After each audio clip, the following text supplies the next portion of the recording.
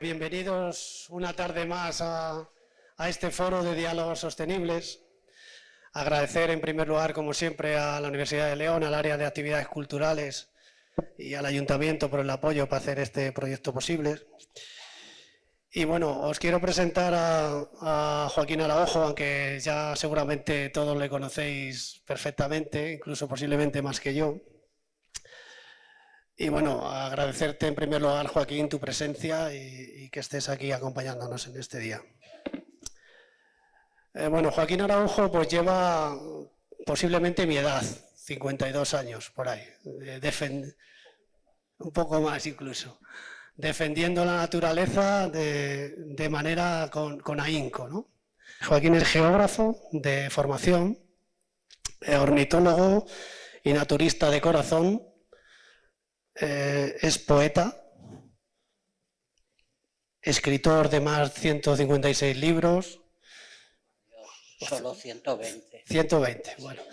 Pero hay otros libros que usted colabora y también más. Bueno, miles de artículos, hasta enciclopedias, guionista, director de documentales, conferenciante como hoy. Ha plantado 27.500 árboles aproximadamente, tantos días como su vida. Eso es. Socio de 35 ONG, incluso fundó y ha sido director de algunas. Y luego premios como el Global 500 de la ONU, 2 veces el Premio Nacional de Medio Ambiente. Y algo que me hace especial atención comentar, porque yo nací y me crecí viendo esas imágenes del Lobo Ibérico con Félix Rodríguez de la Fuente. Ha sido guionista y asesor de realización del Hombre y la Tierra, que todos recordaréis. Pero sobre todo yo creo que siempre, yo las charlas que le he escuchado, siempre se define él como campesino. Un campesino que escribe libros. Y bueno, aquí le tenéis pues para que nos ilustre con su saber. Joaquín, bienvenido. Muchas gracias por estar aquí.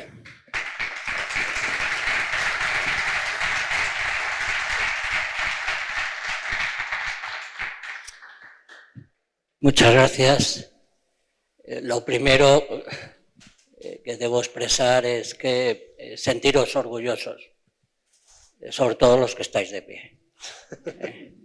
Los árboles están de pie, siempre erguidos, impulsados por 2 fuerzas absolutamente fascinantes que son, entre las muchas despreciadas por esta civilización lisiada, que son la búsqueda de la luz y el impulso del agua. Estáis de pie como los árboles y como los árboles esperarnos con los brazos abiertos, sin ningún desmayo, sin ninguna pausa. Es un privilegio para alguien que decidió vivir lo más alejado posible de la mezquindad que reina, que manda, que obliga a toda una civilización. Sí, evidentemente no es posible para la inmensa mayoría de los que componen esta sociedad. Yo por eso pido perdón. Y pido perdón porque soy un privilegiado. Tremendamente afortunado. Es más, este currículum que acaban ustedes de escuchar no tiene nada que ver con mi voluntad. Tiene que ver con mi facilidad a decir que sí. Yo no ambicioné prácticamente ninguno de esos rasgos y esos acudieron a mí. Yo solo he querido ser 2 cosas en la vida: escritor y campesino. Sí, a pesar de que nací en el centro de Madrid, que me eduqué en lugares más o menos elitistas como el Liceo Italiano de Madrid, que trabajé en vínculos claros con la comunidad científica en el mundo de las ciencias de la vida. Compartí muchas jornadas. Para mí es especialmente emocionante que esté con nosotros Francisco Purroy, catedrático de zoología de esta universidad, con el que corrimos, triscamos como diría nuestro maestro Bernis, por algunos montes y algunos bosques, detrás del canto de los pájaros, fíjense ustedes, para saber lo que componía esa otra sociedad silenciada que es la palpitante vida silvestre, que por cierto se está desvaneciendo. Pido perdón por ser un privilegiado porque fíjense ustedes, vivo donde, cómo y con quien había soñado en la primera juventud. Es difícil que seamos premiados en general con esas tres condiciones, dónde, cómo y con quién.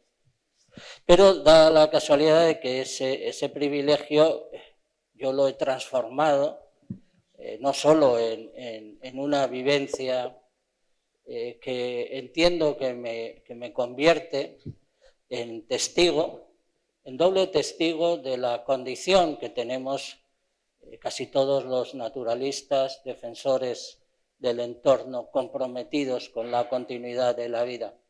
Somos muy afortunados. Estamos en contacto con las esenciales preferencias de todos los no abducidos por la codicia. Estamos en contacto con algunos de los mejores aspectos de la condición de ser vivo. Y por tanto no hemos tenido un segundo de aburrimiento en toda una vida. Nos ha colmado la incesante sucesión de sucesiones, que es una de las formas de definir a la naturaleza. Y somos consecuentes porque queremos que esas sucesiones de los ciclos, de los procesos, de las especies, de la vivacidad sigan sucediendo. Pero también somos las personas más desgraciadas que existen, porque vemos desaparecer esas realidades. Y las vemos desde dos perspectivas, porque claro, en un mundo global y con una facilidad de circulación de la información, que por cierto nos está convirtiendo en analfabetos funcionales, y esto es algo que hay que incluir invariablemente, porque cada día estamos más lejos de comprender a lo que nos comprende, que probablemente es el verdadero sentido de la capacidad de interpretar, de buscar, de indagar de la propia mente humana. Sí, hemos ido a toda velocidad, hemos adquirido aludes de comodidad, pero estamos cada día socavando más la destrucción de lo que, y me lo irán decir por lo menos una docena de veces a lo largo de esta actividad, estamos socavando curiosamente lo que preferimos. Es perverso, pero denota una capacidad extraordinaria, una inteligencia fascinante aplicada a lo peor. Pero es que los malos son muy listos. La codicia de los listos es la que gobierna.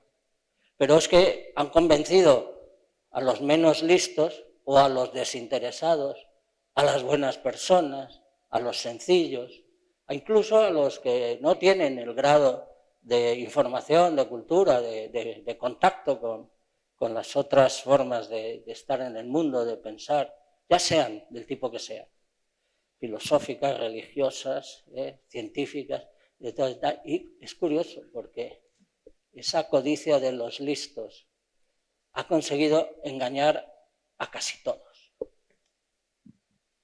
Porque el verdadero sentido de esta sociedad es que la mayoría, que tiene todo el derecho a que sean consideradas sus peticiones, sus deseos, curiosamente elige lo que no prefiere.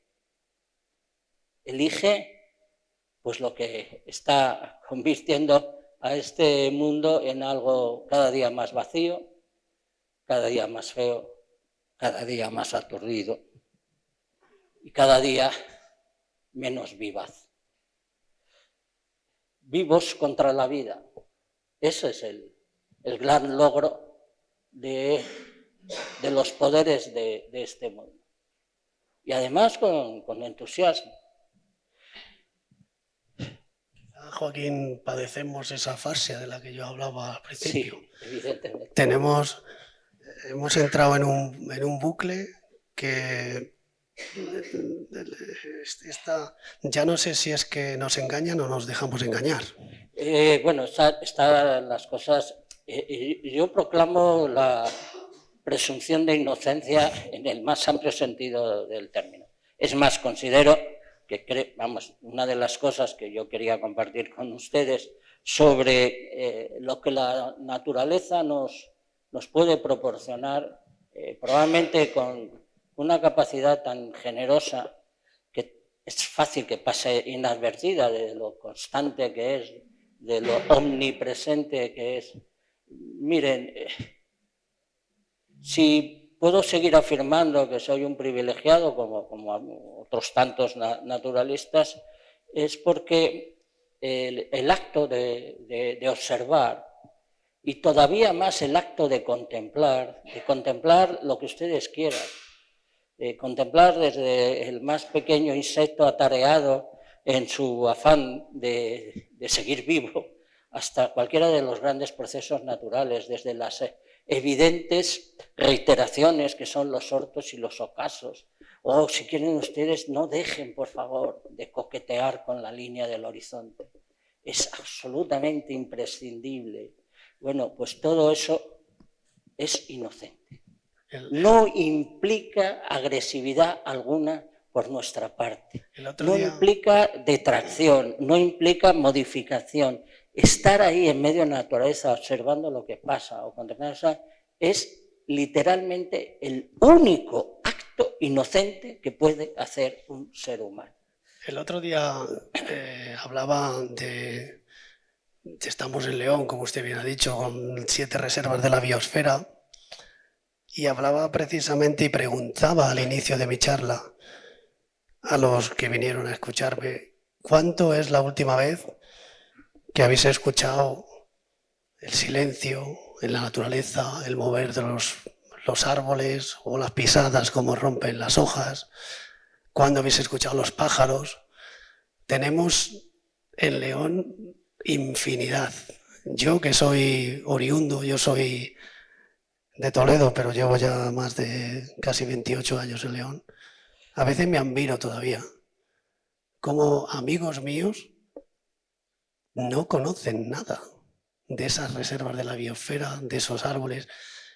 Para mí son un refugio de paz, como usted dice, Joaquín. Es el refugio de paz y de reflexión. No hay ningún otro sitio así. ¿Por qué no lo acompañamos? ¿Por qué no escuchamos el idioma pleno que es el silencio? Este es un verso de Miguel Hernández. Silencio, idioma pleno, que hable el sol. ¿Por qué no dejamos hablar al silencio? ¿Por qué no somos capaces de preferir escuchar las sonatas del bosque, los murmullos musicales del álamo y el viento, el acariciador rumor de una fuente naciendo? ¿Por qué? ¿Alguno de los presentes considera que el ruido no es una contaminación? Me atrevo a preguntarles, ¿el ruido es una contaminación? ¿Estamos de acuerdo? ¿Quién es el vertedero? Seamos sinceros. Si el ruido es una contaminación, el vertedero somos nosotros. Somos nosotros el vertedero. Nuestros tímpanos, nuestros fabulosos tímpanos, con una capacidad maravillosa, un regalo también de la sabiduría de la naturaleza, un regalo de nuestro proceso evolutivo para sobrevivir, para estar en medio del medio. Pero es mucho mejor estar siendo convertidos en vertederos porque preferimos el amontonamiento, preferimos las comodidades, hemos sacralizado la velocidad. El silencio de la naturaleza está plagada de ofertas. Y es más, ¿quién inventó la música? Que es la disciplina artística más conmovedora, por, entre otras cosas, ser la más sincera. No, la música también es un regalo de la naturaleza. Pablo Neruda decía que los pájaros eran los inventores azules de la música, pero la música la inventó el viento mucho antes de que hubiera pájaros. La música la inventó el agua mucho antes de que hubiera un solo animal sobre la tierra. Incluso es muy probable que algunos de los procesos geológicos que fueron realmente tormentosos, cataclismáticos, también hicieron sonidos que por supuesto nadie escuchó, pero ahí están. No, ruido, por favor. Altas dosis de ruido. Qué desprecio extraordinario. La natura, fíjense ustedes, también es sabia porque nos enseña a estar callados. Un naturalista es alguien que puede estar muchas horas callado, escuchando una información preciosa. Fíjense ustedes.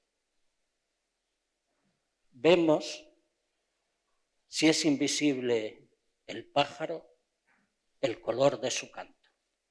Este es un verso de Octavio Paz. Esta es una historia que para los ornitólogos principalmente, para los naturistas, fíjense ustedes, ver el color de un ave sin verla, escuchando. Es decir, ver con los oídos.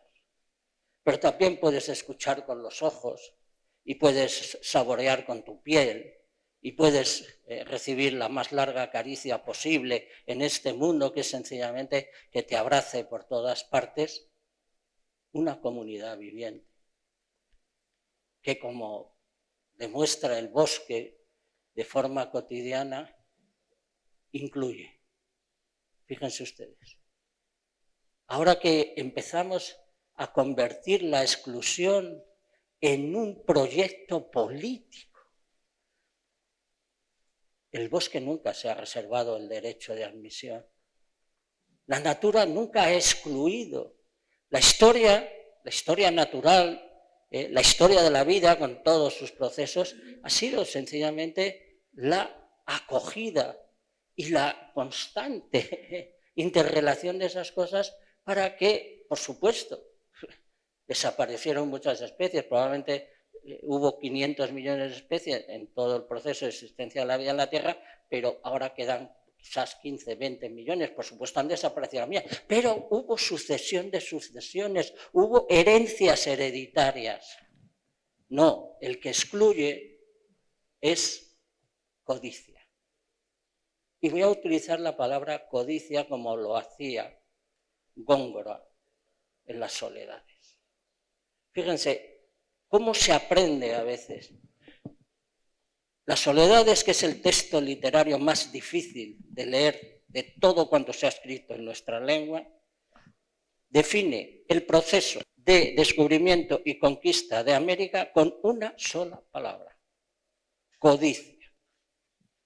Esto que ven ustedes en esta exposición, esto que define a nuestra civilización corsaria, mentirosa, engañadora, lisiada, que es capaz de herir hasta lo que prefiere, herir y matar a lo que prefiere, también merece ser llamada codicia. Y esto que nos planteamos es, queremos aprender de lo que no miente, queremos aprender de lo que no excluye, queremos aprender de lo que trabaja incesantemente para lo todavía más preferido por todos, que es seguir estando vivo. Si es que no hay vuelta de hoja. ¿Quién prefiere estar muerto? Sí, hay unos pocos, hay que decir. Sí, hay unos pocos. Y es probablemente uno de los más abrumadores datos del presente. Hoy habrá 11 menos en España porque se habrán quitado la vida. Y mañana otros 11 menos. Y ayer fueron otros 11 menos. Sí. Bueno, pero eso también se debe a todo lo que está exacerbada, intensidad, tensión, competitividad. A la velocidad de la vida. Exactamente, la velocidad, el tener a veces tan aturdidos los sentidos, tan encadenados por codicia, que no se sabe elegir. Pero preferimos la vida, si es que preferimos la vida, y lo que hay que intentar es que la vida, que es evidentemente muchísimo más que codicia, y los que intentamos oponernos a codicia, pues sea algo que no siga padeciendo el encadenamiento, la cárcel. Lo que es curioso, Joaquín, si me permites, yo en el proceso de esta investigación que he estudiado la biomasa, ¿no?, del planeta, y cómo es posible que de la biomasa global del planeta, que solo el 0,4 son los animales, sí, y de ese 0,4 el 2,5% somos los humanos, que representamos el 0,01 del total de biomasa del planeta, hayamos llegado a este punto de homocentrismo o creernos los dueños de todo el planeta, ¿no? Sí, este dato que se ha multiplicado está entre las informaciones científicas que han recibido una mayor atención y hasta una cierta popularidad, sobre todo a través de los libros de Stefano Mancuso. Claro, yo a veces me atrevo a decir, evidentemente por esta militancia mía ya de 54 años en el activismo ecológico, que la verdad más grande de este mundo es verde.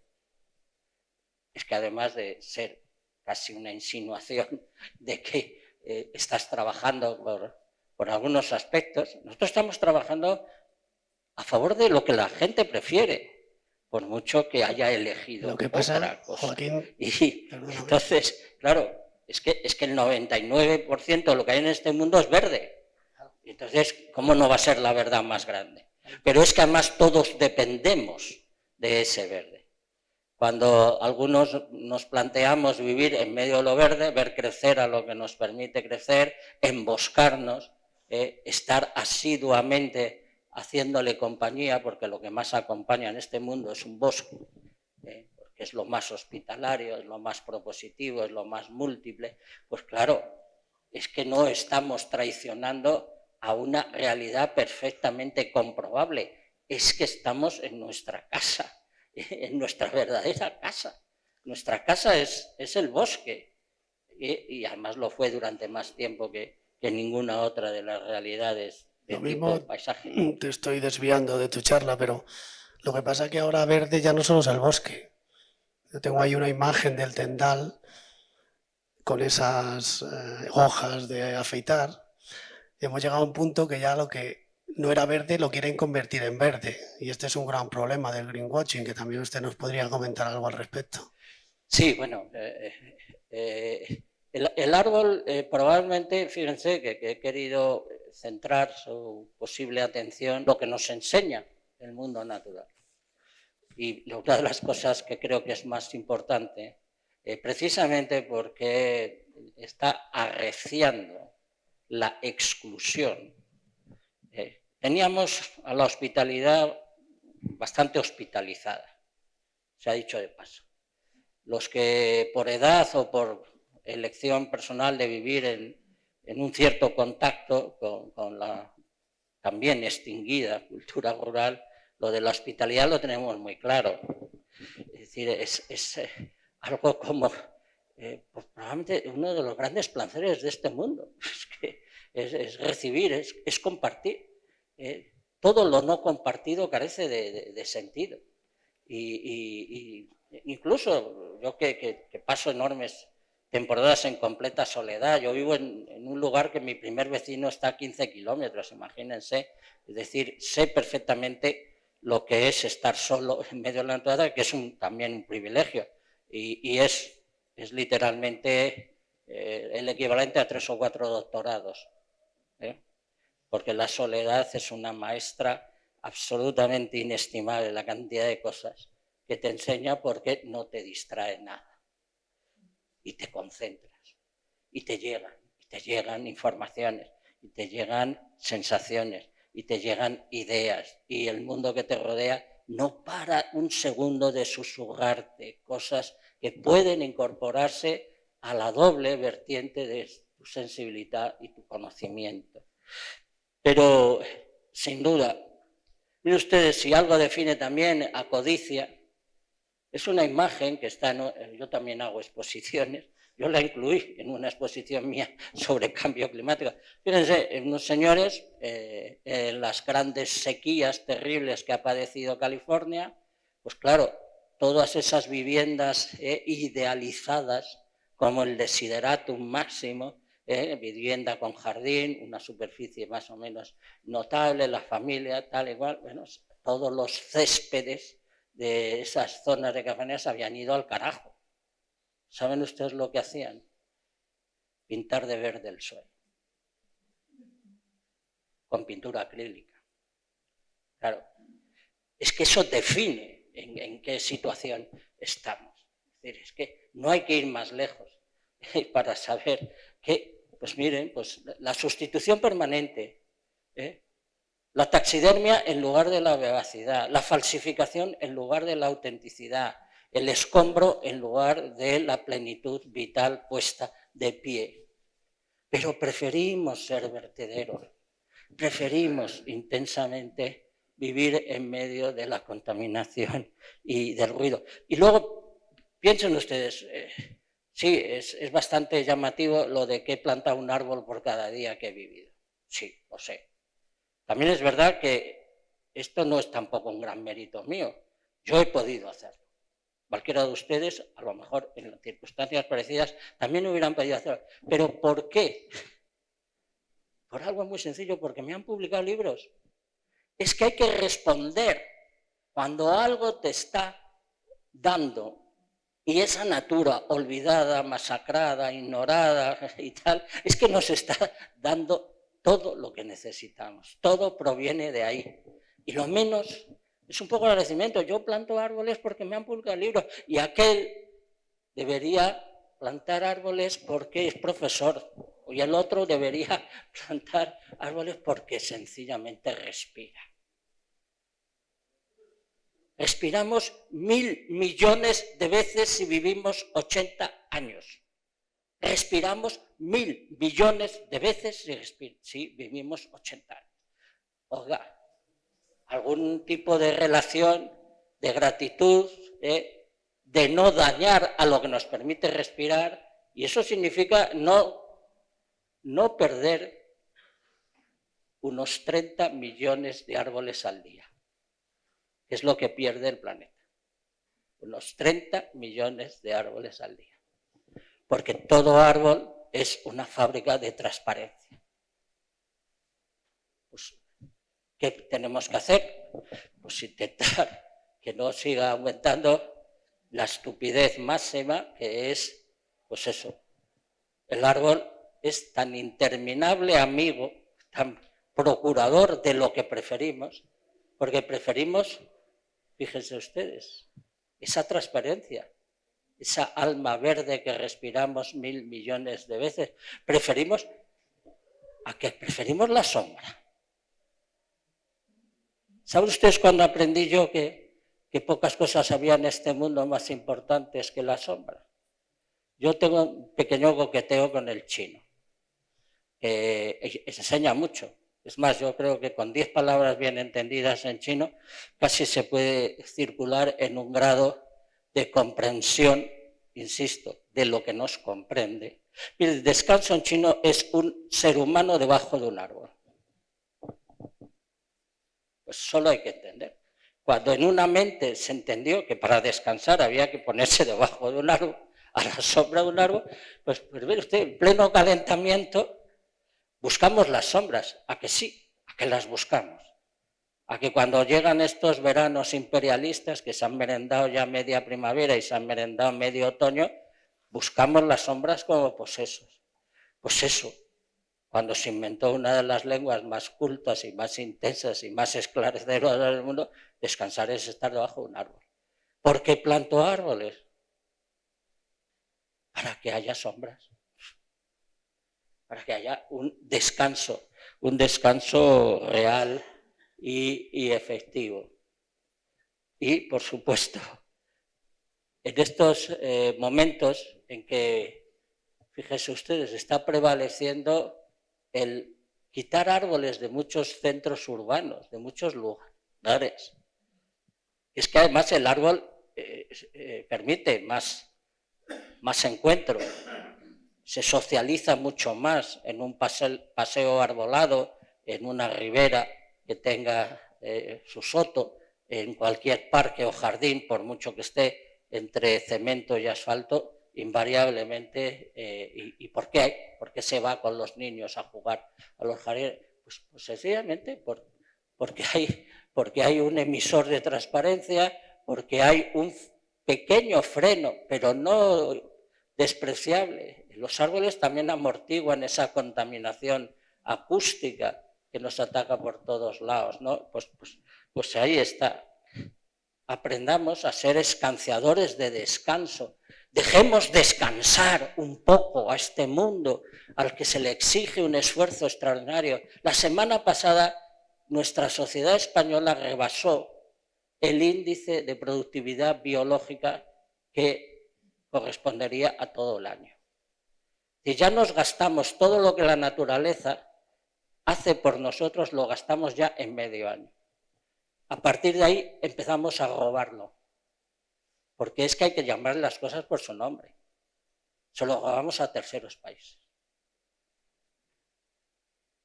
Y esa es otra de las cosas. Autosuficiencia.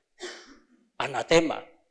Cualquier economista me mandaría al paredón, cosa que debe estar cerca de suceder ya, porque realmente hay unos economistas que están bastante lanzados a la ignorancia, violencia y el desacreditar a todo lo que no sea el que no sea capaz de lograrlo, pues que se fastidie. Pues no, la autosuficiencia es lo que hace el verde del mundo, lo que hace el bosque, lo que hace la pradera, es valerse a sí mismo.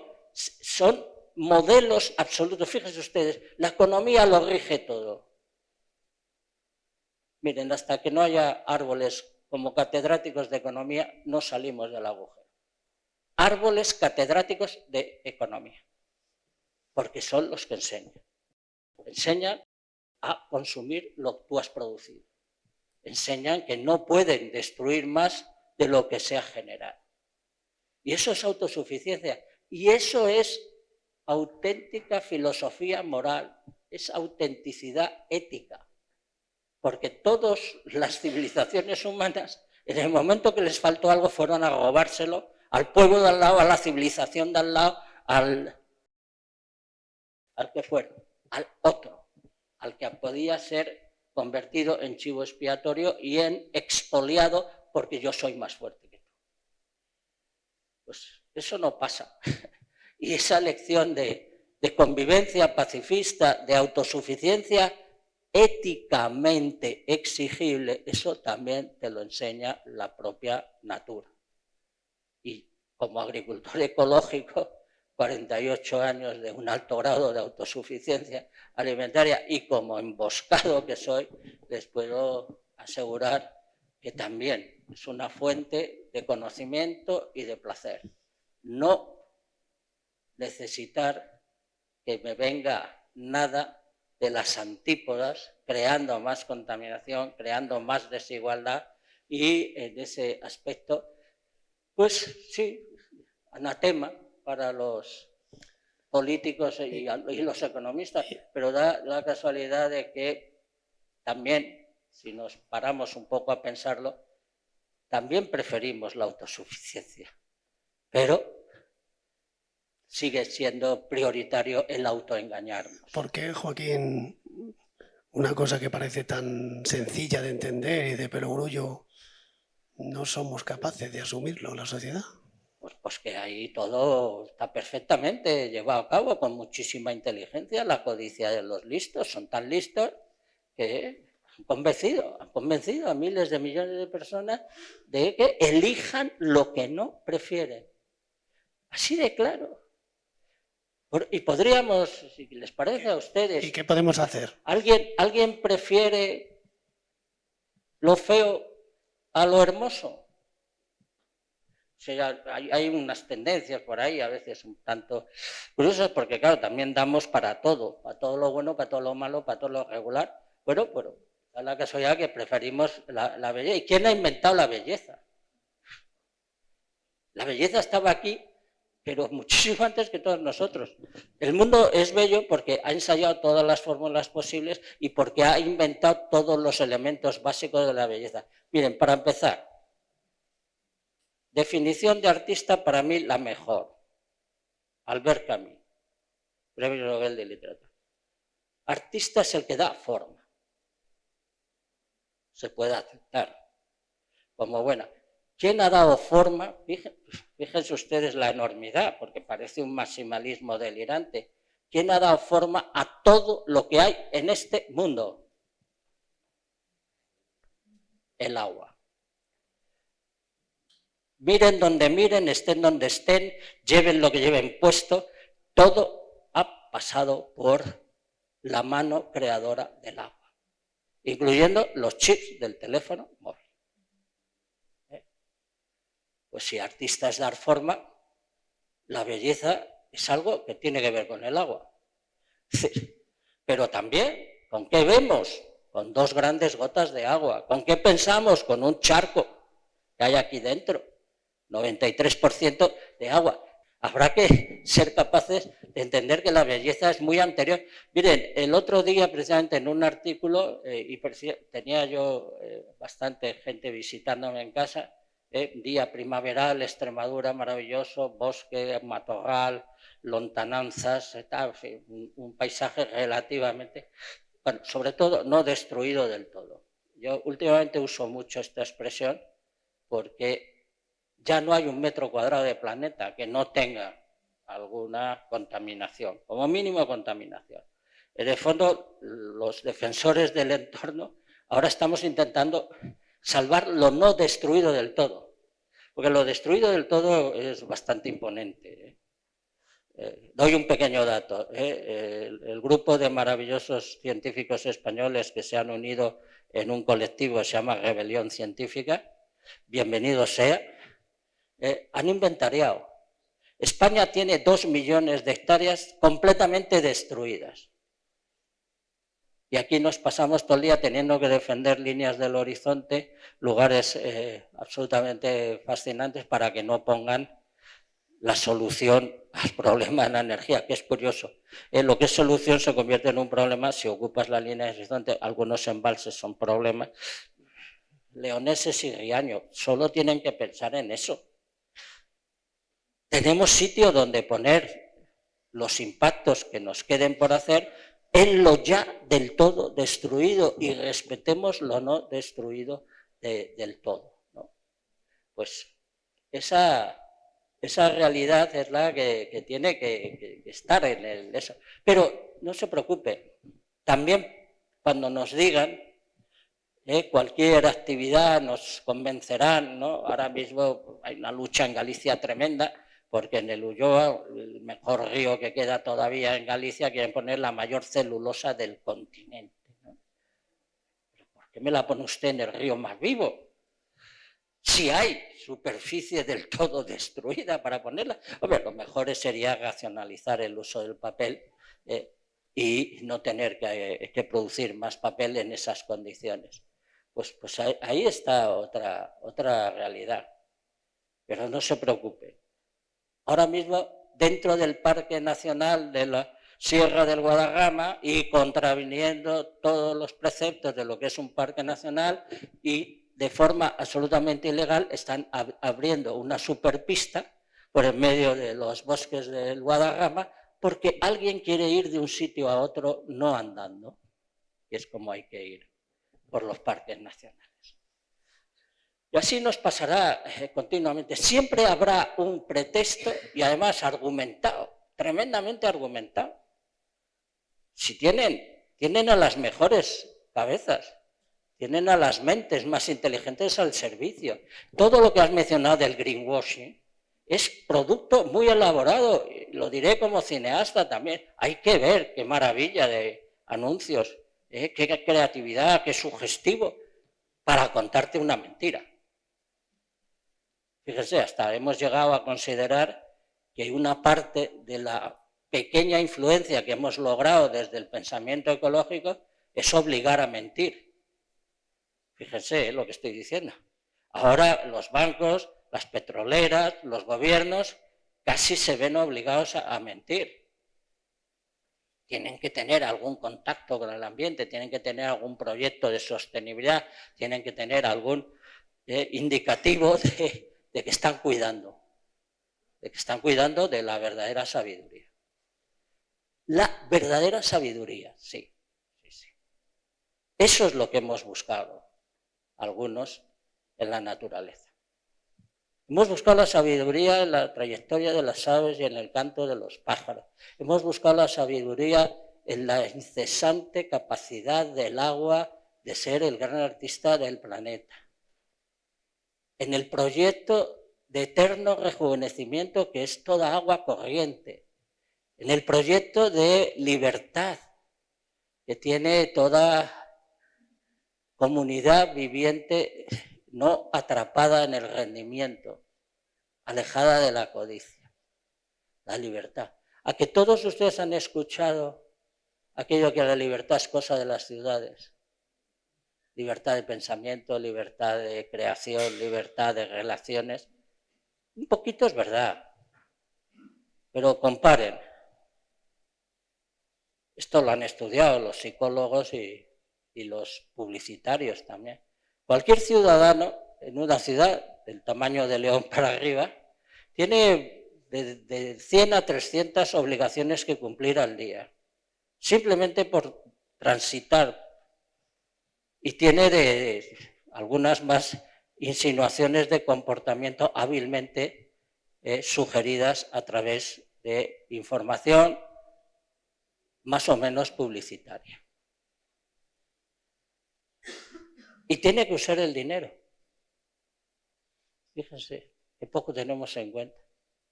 Tener que usar el dinero no te hace más libre. Te encadena de tal. Y ahora, para fastidiar, y porque ya con mi edad, pues ya me da menos vergüenza, ¿saben ustedes cuántas sugerencias, instrucciones, mandatos o publicidades yo recibo al día viviendo donde vivo? Ni una. ¿Quién es más libre? Lo siento mucho. Pero no es más libre un ciudadano que un emboscado. Así de claro. Pero la libertad. Fíjense, todos, si nos preguntan, preferimos la libertad.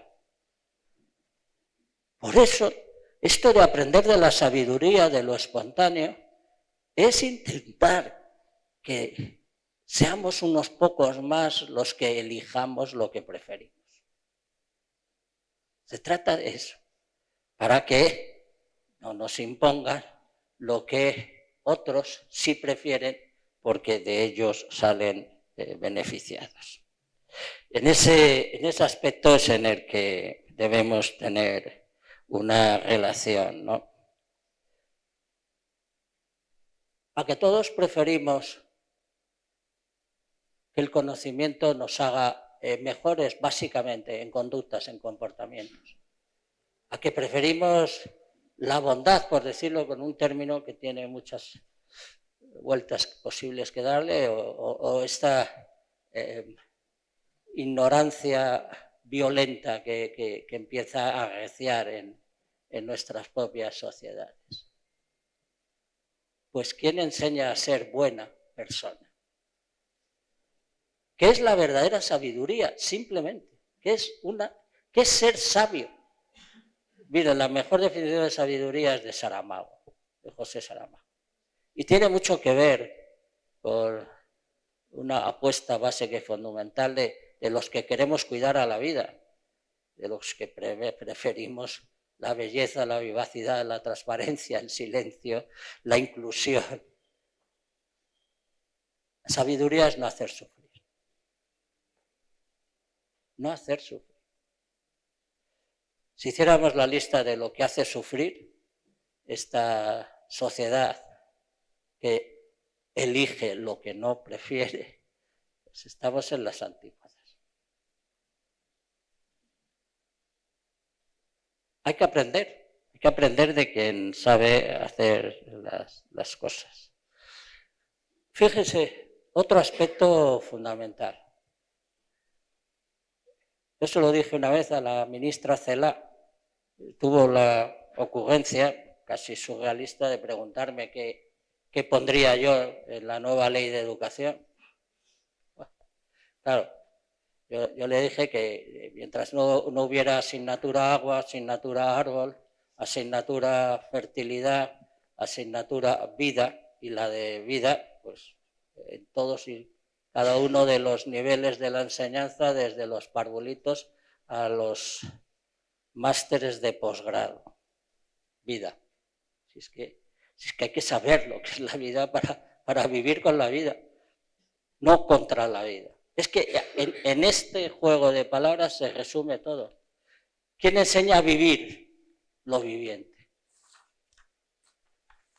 Y sobre todo enseña a convivir con el resto de lo viviente. Que por cierto, para algunos sensibles, es definición de la filosofía y de la poesía. ¿Cuál es la función de la poesía? Vivir en armonía con el resto de las criaturas vivientes. ¿Cuál es la función de la filosofía? Aprender a compartir la vida con el resto de lo viviente. Son resúmenes estrictos, pero evidentemente es algo que se puede aprender ahí afuera. Fíjense, la velocidad es archisagrada. Está divinizada, encumbrada, por reducir en mínimas porciones de tiempo. Por cierto, la natura te enseña a vivir sin reloj, sin calendario, sin agenda, sin citas. En la natura el tiempo no tiene nada que ver con nuestra forma de medir el tiempo. Y si tienes alguna relación con los árboles, puedes asegurar que para los árboles el tiempo no existe. Y por eso son como son. Por eso son acogedores, te permiten el descanso, son convivenciales, hospitalarios y demás. ¿Para cuándo la asignatura? Le dije a la señora Celá, la asignatura lentitud. ¿Cuándo? ¿Cuándo vamos a poner a una encina al frente de la cátedra de lentitud? Que nos enseñe, porque enseña, solo hay que tener un poco de capacidad de observación, de inclusión y de atención. Yo incluso creo haber creado el verbo lentear. Creo que lo he usado tantas veces en programas de radio y en conferencias. Digo, no, si es que codicia hasta que no aprenda a lentear, pues seguirá siendo codicia. Esclava de lo que no prefiere. Porque si no nos mentimos como bellacos, preferimos lo lento a lo rápido. Sí, ahí sí que lo tenemos difícil. Porque es que si hay algo publicitado es la velocidad. Y qué pocas cosas hay mejores por más rápidas. Qué pocas cosas. Cualquier proceso, y no digamos el de aprender a vivir con la vida, el de aprender a ser hospitalarios, el de aprender a ser respetuosos, aprender a ser seres vivos en medio de la vida, todo eso es favorecido por la lentitud. Que poca gente prefiere la lentitud.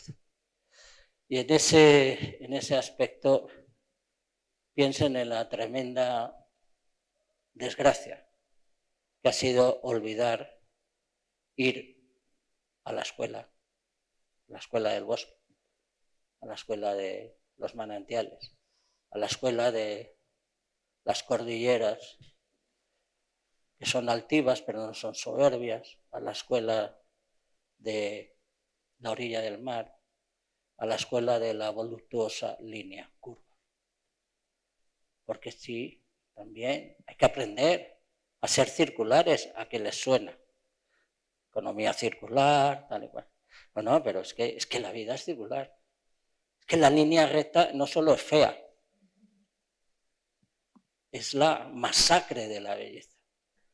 Las líneas rectas tienen tachado al territorio, tienen tachada la belleza espontánea, tienen disecado al paisaje. Entonces, cuando una cátedra de la voluptuosa línea curva, ¿cuándo vamos a aprender que preferimos la curva a la recta? Bueno, pues no mentir, ¿eh? Solo hay 3 líneas rectas bonitas, ¿eh? El tronco del árbol cuando es recto, la línea del horizonte marino, y si escribes, como algunos escribimos, de pie, con pluma y con tinta, los renglones del cuaderno, si tiene renglones. Esas 3 líneas rectas son bonitas. Todas las demás son la muchedumbre de lo feo. La muchedumbre de lo feo. Y termino con algo que probablemente, sí, ya les he dicho que con la palabra descanso en chino realmente aceptas incorporarte a otro tipo de sabiduría, ¿eh?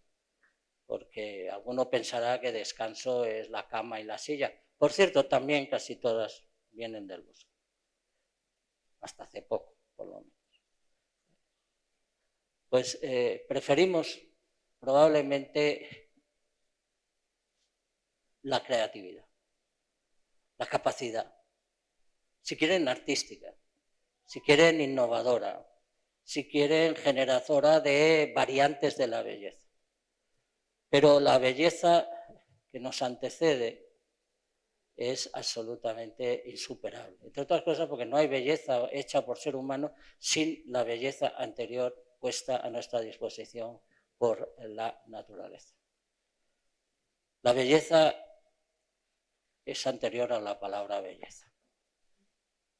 Y por eso, cuando tienes la suerte de encontrarte con otro doble palabra, doble ideograma, pictograma, sinograma en chino, que es simplemente el término árbol. Si al término árbol solo le añades una pequeña tilde en el lado izquierdo, vas a ser la palabra arte.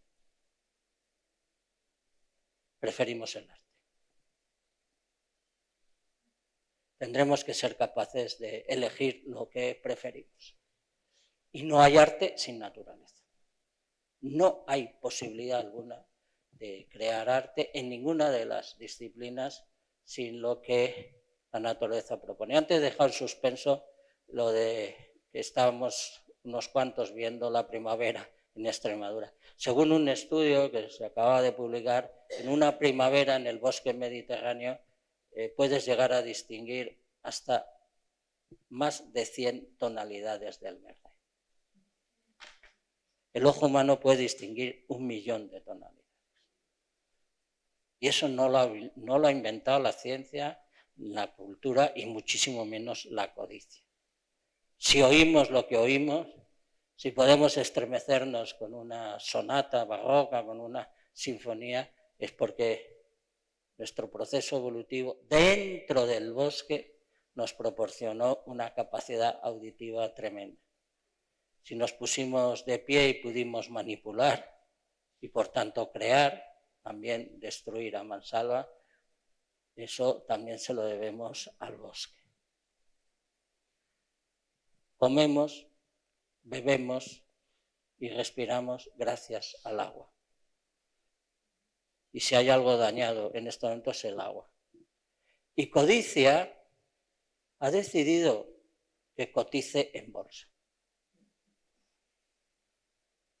Preferimos que el agua sea un bien manipulable, que sea un bien privatizado, que haya especulación con lo que somos.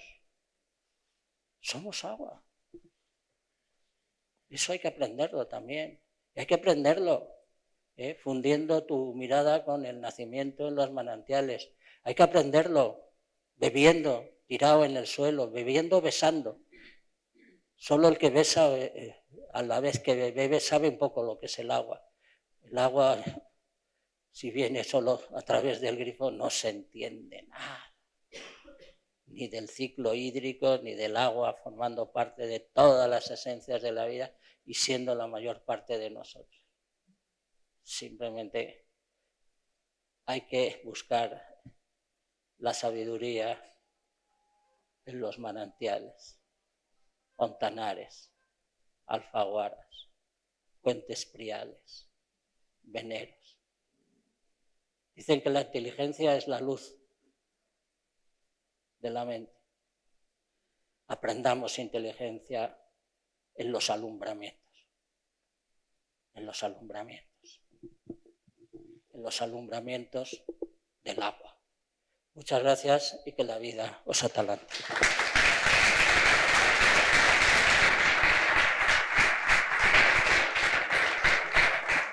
Me gustaría añadir una cita que fue muy inspiradora para mí, de un científico, del director del Centro Nacional de Investigación Científica de Francia, Herbert Reed, que murió hace 2 años, que decía, había estudiado no sé cuántas especies y él decía que el ser humano es la especie más extraña que ha estudiado porque adora a un Dios invisible mientras destruye la naturaleza visible sin darse cuenta que eso que destruye es el propio Dios que adora. Si alguien quiere preguntar algo a Joaquín, pues aquí lo tenéis. Yo quiero que aclare la última palabra que has dicho, que se la explique a la gente, que os atalante. Mire, es esta maravillosa y generosa dádiva de mi vida naturalista, de emboscado, sobre todo emboscado, ¿no? Yo me enamoré de una comarca literalmente fuera del mundo. Cuando yo llegué a Las Villuercas, en la esquina suroriental de la provincia de Cáceres, 250.000 hectáreas. Cuando yo llegué tenía 21 años, estaba haciendo la mili y no había una sola carretera asfaltada, no había ningún teléfono en ningún pueblo. Estamos hablando del año 72 del pasado siglo. Pero había gente incluida, y una de las personas más sorprendentes, he podido mencionarlo un poco cuando he dicho que una de las bondades que se aprende en la naturaleza es a vivir sin dinero. Miren, yo conocí a Bernabé, pastor de cabras, que fue el que me enseñó la palabra atalanta.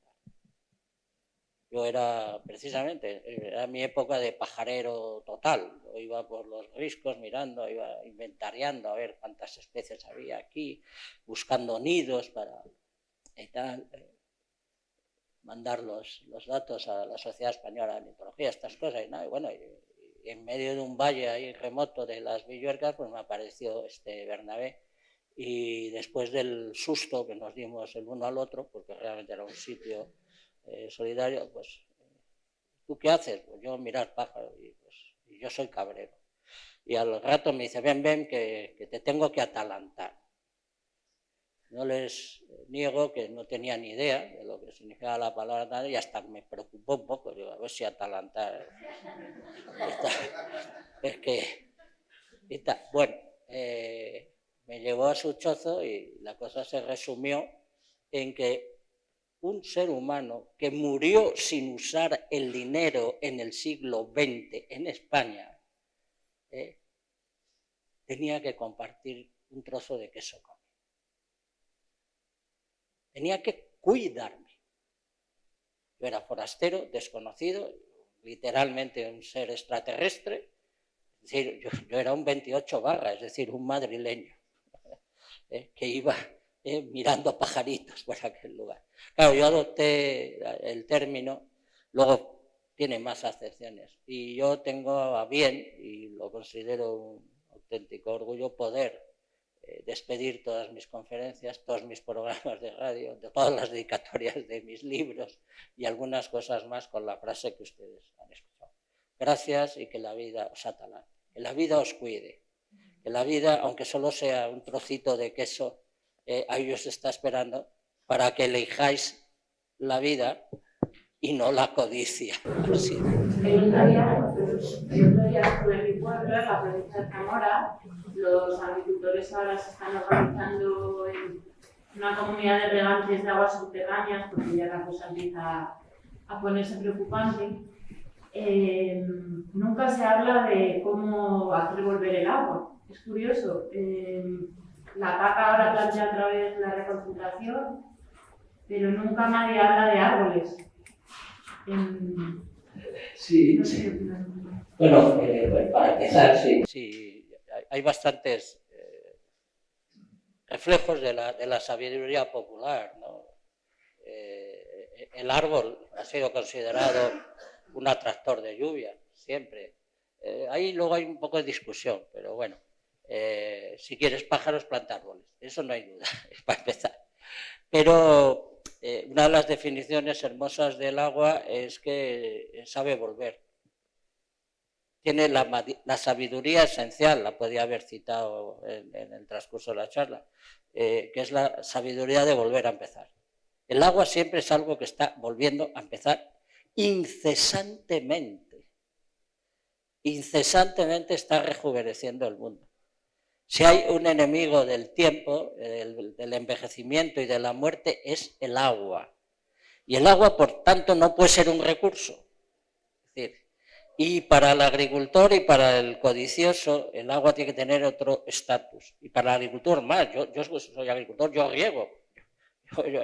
Y además puedo regar porque tengo bastante agua, ¿no? Pero intento economizar el máximo posible del agua porque el agua que sigue circulando es infinitamente más productiva.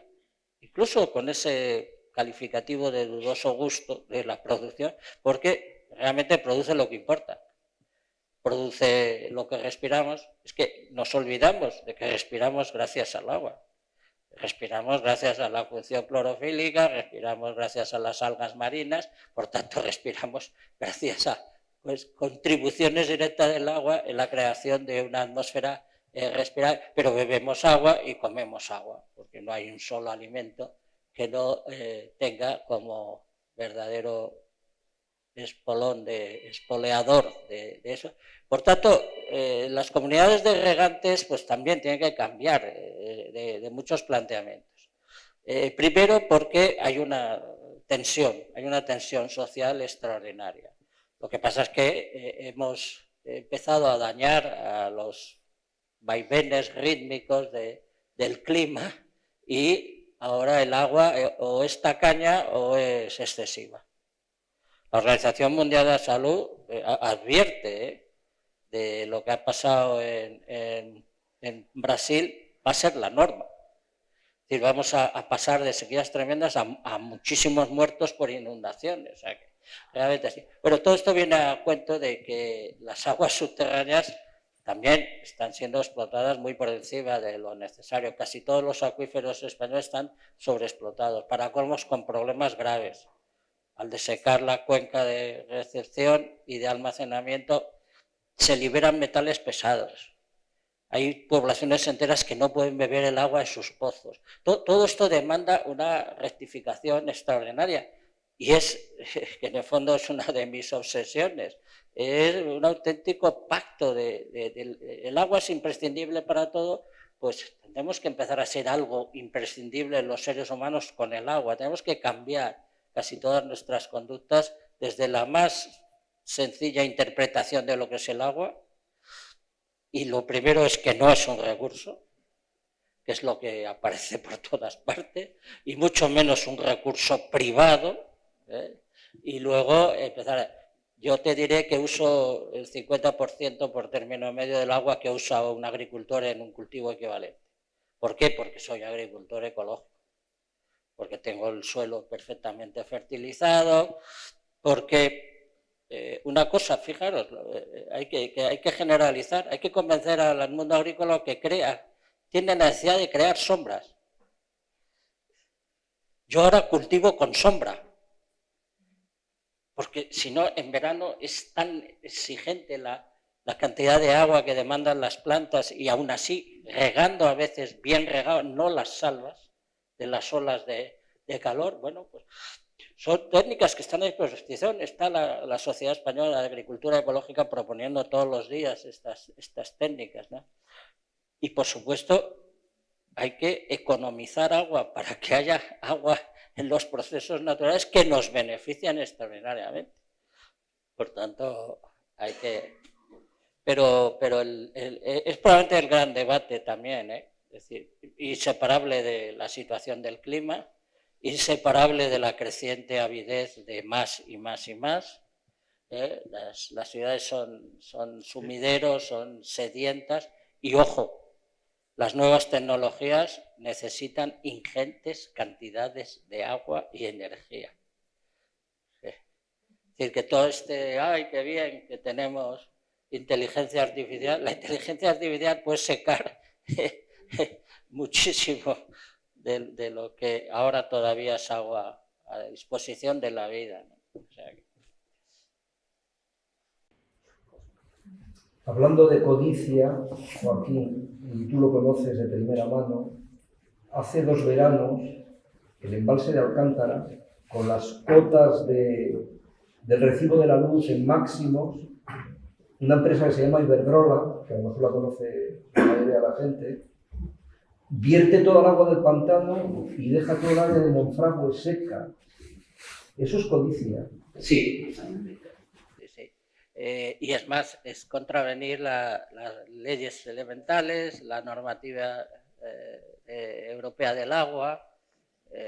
Triste, somos el país que más incumple las normas ambientales a escala europea, pero ojo que vuestro ESLA no quedó indemne de esa codicia tampoco. Es decir, por supuesto, los embalses del Tajo fueron esquilmados, literalmente con graves problemas de salud, porque se convirtieron en puro fango con miles de animales muertos y con peligro y demás, pero sí, estamos en esas. Hola, bueno, yo el lunes voy a volver a la escuela, soy maestra de primaria, doy también ciencias naturales y voy a jugar con mis alumnos a este juego tan chulo que nos ha dado usted, el de ¿qué prefieres? En ocasiones hablo a mis alumnos también de esta codicia, con otros términos también, pero me gustaría que usted me dijese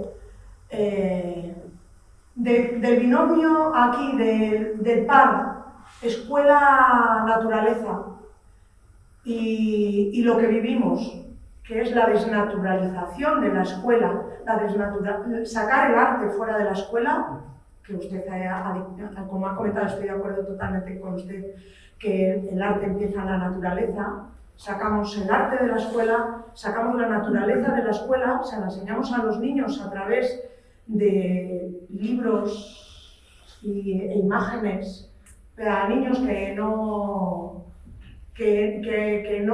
tocan la naturaleza, que no la respiran, que no se emboscan, etcétera, etcétera.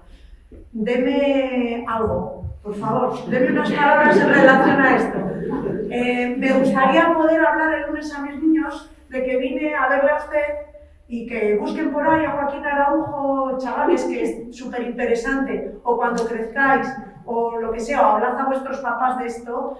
¿Qué les voy a decir yo el lunes a mis chicos cuando les dé ciencias naturales? Por favor. Bueno,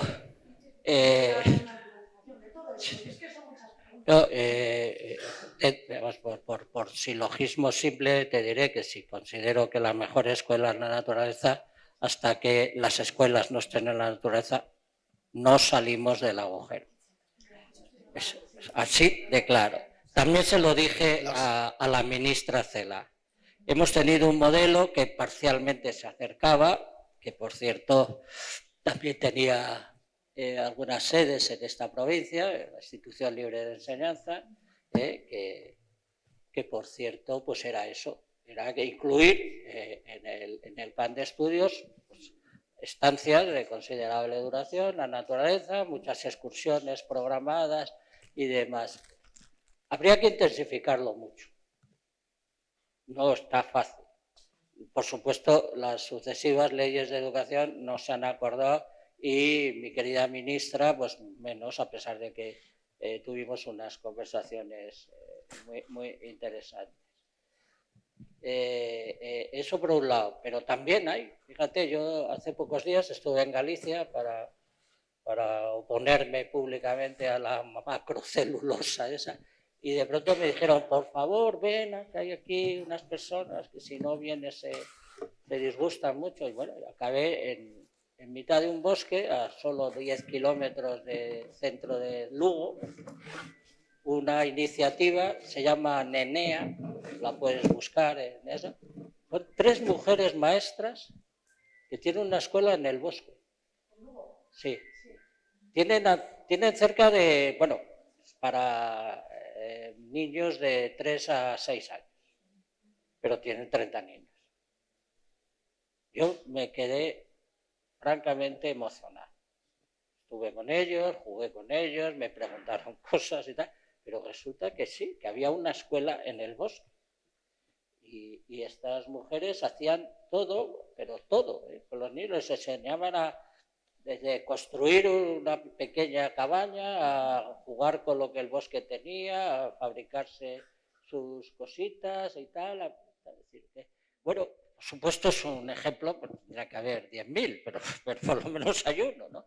Todo empieza por alguna forma.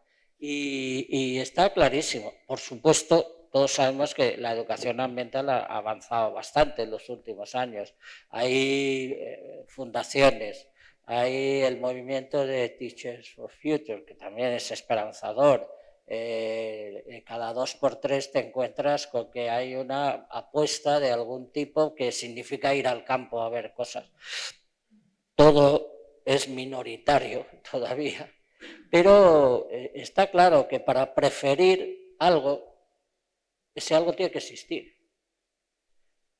Y tiene que tener nombres, y tiene que tener referencias, y tiene que tener experiencias emocionales directas. Y el problema, o sea, la naturaleza no es destruida por ignorancia, porque no existe. Entonces, el que hagamos que la natura aparezca en el imaginario y en el conocimiento de las mayorías es la gran teoría de la docencia. Yo le llamo docencia decente. La decente docencia del bosque, que enseña a ser limpio, a ser transparente, silencioso, lento, bondadoso, hospitalario. Y ponéis otros 40 calificativos que os suenen bien y veréis cómo lo preferís también. Bueno, lo tienes. Bueno, vamos a ir acabando. Vamos a hacerte entrega, Joaquín, de un pequeño detalle de tu paso por aquí, por los diálogos sostenibles. En nombre propio, en nombre de la universidad y del ayuntamiento, pues nada, para que lo pongas allí en tu finca y te acuerdes, y cuando quieras puedes volver a ilustrarnos con esta sabiduría tuya. Hombre, León es muy tentador. ¿Habéis visto el periódico? ¿Pedís perdón por ser de León? ¿Que vivís como los mismísimos dioses del Olimpo? ¿Que sois unos privilegiados? Pues ala. Por eso me vine yo aquí. Pedid perdón, Bueno, Joaquín, un auténtico placer haberte tenido. Muchísimas gracias y gracias a todos vosotros por acompañarnos.